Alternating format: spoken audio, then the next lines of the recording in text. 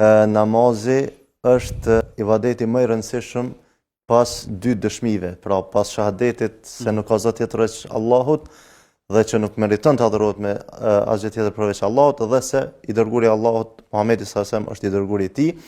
Në radhë të dytë vjen kushti i namazit, që namazi është shtyllë e fesë dhe ka një mori ajete nga Kurani dhe një mori nga nga hadithet e pejgamberit sallallahu alajhi wasallam, të cilat tregojnë për vlerën, rëndësinë dhe peshën e madhe që ka namazi.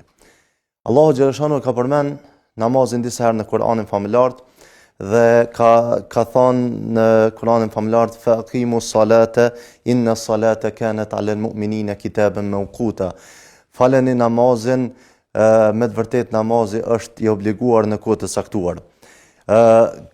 Ka ajete tjera të cilat flasin thotë aqimus sala inna salata tanha 'anil fahsha'i wal munkar. Faleni namazin se namazi ju ndalon nga gjërat e këqija dhe të irrituarat dhe të neveriturat.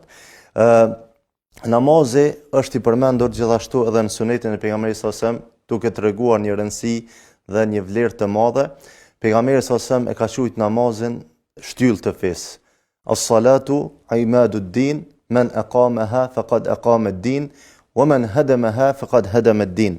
Ka thonë namazi është shtylla e fesë. Kush e fal atë, vetëm se ka ngrit fenë vet, ndërsa kush e lën atë, kush e braktis atë, vetëm se ka rënuar fenë vet.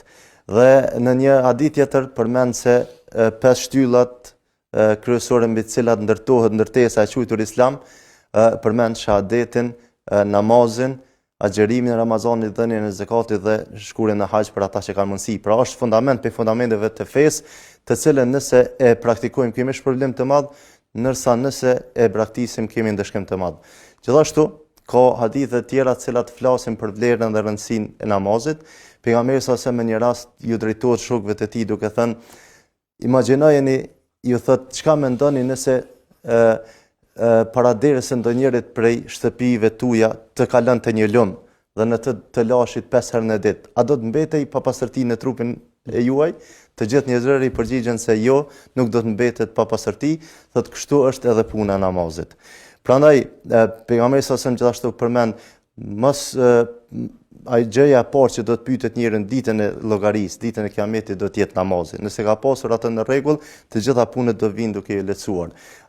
Është i vetmi obligim që është obligu në qiell, për dallim prej obligimeve të tjera të cilat janë obliguar në tokë, është obliguar në natën e Miraxhit, në Sidratul Muntaha, në atë vend ku as këmba ndonjë melekut nuk ka shkel vetëm këmba e Muhamedit sallallahu alajhi wasallam, dhe Allah i ka folur drejt për drejt duke obliguar namazin.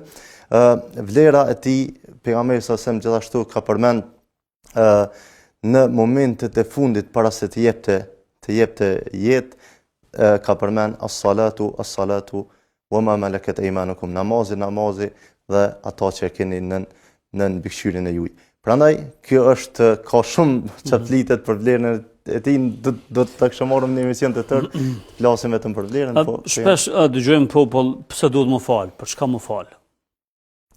Ajo për çka duhet falemi është mas pari mirënjohje ndaj Zotit. Pastaj edhe fjala namaz e ka kuptimin e vet. Fjala as-sala është arabisht, domethënë ka 3 kuptime.